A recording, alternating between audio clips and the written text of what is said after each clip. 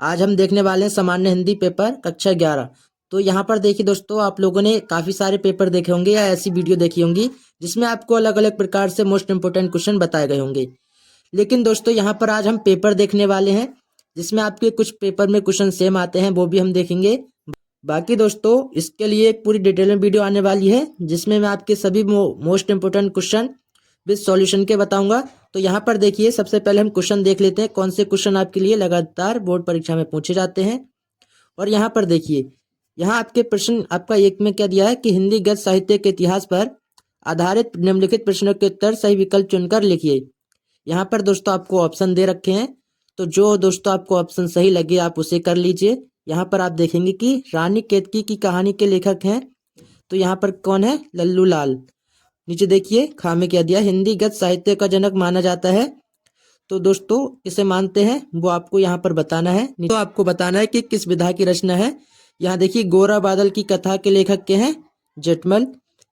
तो यहाँ देखेंगे पर्दा कहानी के रचनाकार कौन है, वो आपको यहाँ पर बताना है। और नीचे आप देखेंगे प्रश्न आपका 2 दिया है कि पृथ्वीराज रासो का रचना काल है।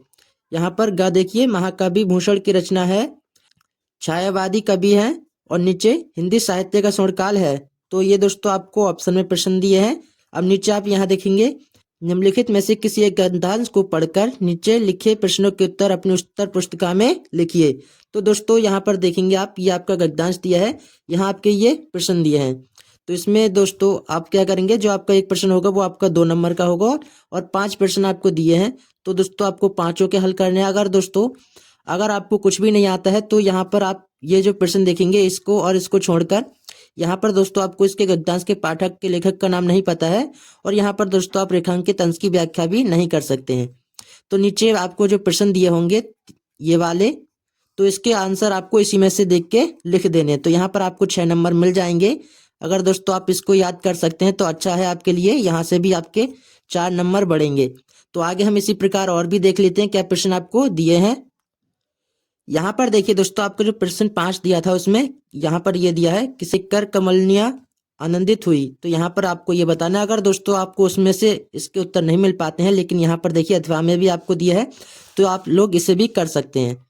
आपको दोस्तों किसी एक को ही करना है, आप अथवा का करें या फिर वो वाला करें। अब नीचे यहाँ प्रश्न आप देखेंगे प्रश्न 4 दिया है, निम्नलिखित वाक्यांशों में से किसी एक को पढ़कर नीचे लिखे प्रश्नों के उत्तर अपनी उत्तर पुस्तिका में लिखिए। यहाँ पर देखिए दोस्तों आपको क्या करना है कि आपका जो एक प्रश्न होगा वो 2 नंबर का होगा और 5 प्रश्न आपको करने हैं। अब दोस्तों इसमें भी आपको वही ट्रिक लगानी है। तो दोस्तों आपको ये जो प्रश्न के उत्तर है ये आपको नहीं पता है, बाकी आपको इन 3 के जो उत्तर है इसमें से देखकर आप लिख सकते हैं। तो यहाँ से भी आपको 6 नंबर मिल जाएंगे। तो दोस्तों इस प्रकार से आप ट्रिक लगाएंगे तो आसान तरीके से पास हो जाएंगे, क्योंकि 6 नंबर यहाँ से और 6 नंबर वहाँ से मिलेंगे। तो कुल आपके 12 नंबर ये हो रहे हैं।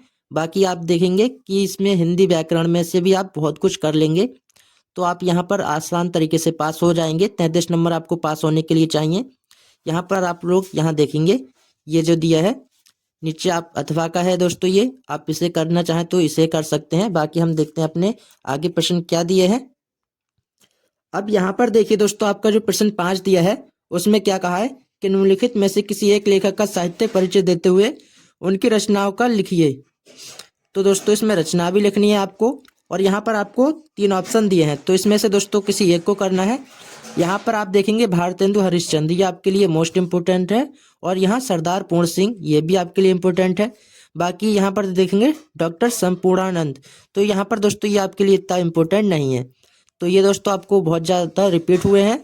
यहाँ आप देखेंगे खा में दिया है, तो यहाँ से निम्नलिखित कवियों में से किसी एक का साहित्य परिचय देते हुए उनकी रचनाओं को लिखिए। अब दोस्तों यहाँ पर आप लोग एक चीज़ को लेके डाउट करते हैं, यहाँ पर साहित्य परिचय या जीवन परिचय लिखने को आ सकता है। यहाँ पर देखिए आपको करना क्या है, अगर आपको साहित्य परिचय आए तो उसमें आपको इसकी जो इनकी रचनाएं हैं बाकी उनका वर्णन कर देना, उन्होंने क्या क्या किया वो बता देना है। बाकी इनके जीवन परिचय के बारे में नहीं बताना है। बाकी इसका नाम और जन्म तिथि तो आपको लिखनी है। तो इस प्रकार से यहाँ पर आपका कबीरदास और सूरदास ये आपके लिए इम्पोर्टेंट है। यहाँ से दोस्तों आप 5-5 नंबर करेंगे तो आपके यहाँ से 10 नंबर होते हैं। तो नीचे आप देखेंगे कि दिया है बलिदान अथवा प्रायश्चित कहानी का सारांश लिखिए। तो यहाँ पर आपकी जो बलिदान कहानी है वो आपके लिए मोस्ट इम्पोर्टेंट है। इसको दोस्तों आप करेंगे तो यहाँ से आपको 5 नंबर मिलेंगे। नीचे आप देखेंगे प्रश्न 7 दिया है कुट नाटक के तृतीय अंक का सारांश लिखिए। अब तो ये दोस्तों आपको अलग अलग जिला के हिसाब से आता है, तो आप लोग अपने जिला के हिसाब से कर सकते हैं।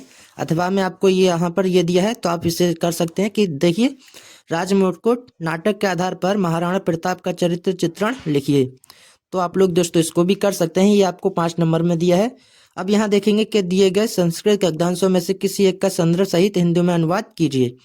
ये दोस्तों आपको 7 नंबर का प्रश्न है। अब दोस्तों यहाँ पर आपको जैसा भी आए टूटी फूटी इसकी हिंदी वो आप अपने शब्दों में लिखिए। यहाँ पर दोस्तों आप इसकी जो अपने शब्दों में बना सकते हैं अनुवाद, वो आप इस प्रकार से लिखिए। अब यहाँ पर दोस्तों आपको 2 ऑप्शन दिए हैं, देखिए अथवा वाला आपको अच्छा लगे तो आप इसको कर सकते हैं। तो यहाँ से दोस्तों आपको 7 में से करीब 5 नंबर तो आराम से मिलेंगे ही, तो यहाँ से भी आपके 5 नंबर बढ़ेंगे। अब यहाँ खा में देखिए कि दिए गए श्लोकों में से किसी एक का संदर्भ सहित हिंदी में अनुवाद कीजिए। अब यहाँ पर दोस्तों इसका संदर्भ भी लिखना है और हिंदी में अनुवाद। तो दोस्तों इसका संदर्भ जो होगा वो 2 नंबर का होगा और हिंदी में अनुवाद होगा वो 5 नंबर का होगा। तो बहुत आसान है दोस्तों ये सब करना, करीब इनका आंसर 3 लाइनों में आ जाएगा। तो इसके बारे में मैं आपको डिटेल में वीडियो बना दूंगा। यहाँ पर देखिए अथवा वाला भी कर सकते हैं दोस्तों आप। अब यहाँ पर क्या है, आपका हिंदी व्याकरण दिया है। यहाँ पर देखिए, मुहावरों एवं लोकोक्तियों में से किसी एक का अर्थ लिखकर वाक्य में प्रयोग कीजिए।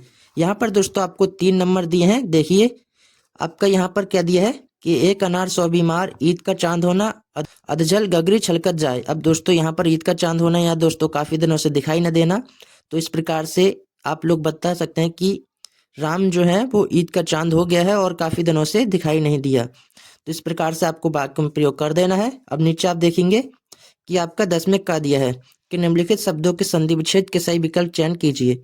अब यहाँ पर देखिए आपको दिया है देवर्षि का संधि विच्छेद क्या होगा, तो देव प्लस ऋषि होगा। तो इस प्रकार से आपको करना है। अब यहाँ पर इसी प्रकार से आप देखेंगे कि विष्णुनवे का संधि विच्छेद क्या है। तो आप लोग यहाँ पर ऑप्शन देख लीजिए, आपको ऑप्शन दिए हैं। बाकी हम इसमें आगे प्रश्न देख लेते हैं, क्या प्रश्न दिए हैं और किस प्रकार के आपको प्रश्न पूछे जाते हैं। अब यहाँ पर देखिए दोस्तों आपको प्रश्न दिया है इसी में कि नायक का संधि विच्छेद क्या है। तो नायिका का संधि विच्छेद क्या होता है, न प्लस का। तो दोस्तों आप लोगों ने नहीं पढ़े हैं तो आप लोग क्या करेंगे, अपने क्वेश्चन बैंक से अच्छे से पढ़ लीजिए, जिसमें आपके मोस्ट इंपोर्टेंट क्वेश्चन मैं आपको बता दूंगा क्वेश्चन बैंक से कौन कौन से हैं। तो आप लोग उन्हें तैयार कर लीजिए। यहाँ पर देखिए आप लोगों को क्या दिया है कि निम्नलिखित शब्दों का विभक्ति और वचन के अनुसार सही चयन कीजिए। यहाँ पर दोस्तों इसको याद करना थोड़ा टफ होता है, लेकिन आप यहाँ पर तुक्का मार के भी करेंगे तो आपके लिए अच्छा रहेगा। अगर दोस्तों आप इसे याद करें तो अच्छा रहेगा आपके लिए भी। यहाँ देखिए कि निम्नलिखित शब्दों युग्मों का सही अर्थ चयन करके लिखिए। यहाँ पर अंश और अंश का क्या मीनिंग होता है, देखिए ये वाले अंश का जो मीनिंग होता है वो आपका होता है कंधा, और ये अंश जो दिया है इसका हिस्सा। तो ये आपका ऑप्शन राइट है। इस प्रकार से आपको ये लिख देना है। अब नीचे देखिए क्या दिया है, आकर और आकार। आकर दोस्तों क्या होता है आपका खान, और आकार क्या होता है आपका रूप। तो इस प्रकार से आपका ये ऑप्शन राइट है। तो इस प्रकार से आप ये लिख देंगे। आपको क्या दिया है, निम्नलिखित शब्दों में से किसी एक शब्द के 2 अर्थ लिखिए। अब यहाँ पर दोस्तों आपको 3 ऑप्शन दिए हैं, इसके 2 अर्थ आपको बताने हैं। जैसे यहाँ पर आपका दिया है कनक। कनक का क्या मतलब होता है वो देखिए, आपका कनक का 2 मीनिंग होता है, एक होता है सोना और दूसरा होता है धतूरा। तो आपको इस प्रकार से 2 लिख देना है। जैसे यहाँ पर आपका दिया है गुरु। तो गुरु कौन होते हैं, एक तो जो दोस्तों हमारे शिक्षक होते हैं वो, और दोस्तों जो एक आश्रम में रहते हैं वो हमारे, या जिसकी हम पूजा करते हैं वो हमारे गुरु होते हैं। अब देखिए यहाँ पर आगे इसी प्रकार से आप लोग देखेंगे क्या प्रश्न आपको दिए हैं कि यहाँ पर दिया है निम्नलिखित वाक्यांशों के लिए एक शब्द का चयन करके लिखिए। यहाँ देखेंगे आप जो कि एक उपकार को मानता है क्या कहते हैं, उसे कृतज्ञ कहते हैं। तो यहाँ पर देखिए जानने की इच्छा रखने वाला क्या होता है, आपका जिज्ञासु होता है। यहाँ पर देखेंगे नीचे क्या दिया है, निम्नलिखित में से किसी 2 वाक्यों को शुद्ध करके लिखिए। यहाँ पर दोस्तों आपको 4 वाक्य दिए हैं, 2 को शुद्ध करके लिख देना है। देखिए यहाँ पर दिया है दही बहुत खट्टी है, यहाँ पर आपको लिखना है दही बहुत खट्टा है। तो इस प्रकार से आपको 2 वाक्यों को शुद्ध करके लिखना है। आगे इसी प्रकार आप लोग यहाँ देखेंगे क्या दिया है, श्रृंगार अथवा वीर रस की परिभाषा उदाहरण सहित लिखिए। तो इसके ऊपर दोस्तों मैंने एक डिटेल में वीडियो बना दी है, जिसमें मैंने आपको बहुत सिंपल उदाहरण इसके बताए हैं, और बाकी इसकी परिभाषा तो बहुत आसान तरीके से बताई ही है। तो आप लोग इसे कर लीजिए। यहाँ पर आप देखेंगे श्रृंगार और वीर रस, नीचे दिया है श्लेष अथवा उत्प्रेक्षा अलंकार की परिभाषा उदाहरण सहित लिखना है। इसी प्रकार यहाँ देखेंगे दोहा अथवा कुंडलीय छंद। तो यहाँ पर आपका दोहा और सोरठा छंद जो होता है बहुत ज़्यादा इंपॉर्टेंट होता है। यहाँ से आपके 6 नंबर मिलेंगे। अपने शहर के किसी विद्यालय के प्रबंधक को प्रवक्ता या हिंदी की नियुक्ति हेतु आवेदन पत्र लिखिए। तो दोस्तों यहाँ पर देखिए, आपके जो शहर है उसमें किसी विद्यालय के जो प्रिंसिपल हैं उसको वो लिखना है पत्र। तो उसमें क्या करना है, हिंदी के जो अध्यापक हैं उसकी नियुक्ति के लिए।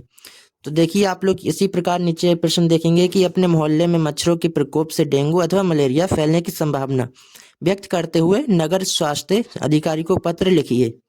आपको बताना है कि आपके जो नगर या गांव में मलेरिया और डेंगू काफ़ी फैल रहा है, वो भी मच्छरों के प्रकोप से। तो आपको बताना है, वो सब आपको एक एप्लीकेशन के द्वारा लिख के देना है। अब यहाँ पर नीचे आप प्रश्न देखेंगे कि निम्नलिखित विषयों में से किसी एक पर अपनी भाषा शैली पर निबंध लिखिए।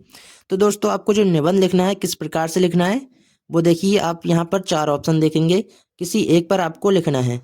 अगर दोस्तों आप गांव से हैं तो यहाँ पर स्वच्छता का महत्व बता सकते हैं, पर्यावरण प्रदूषण बता सकते हैं, इसके निराकरण और इसके उपाय बता भी दीजिए।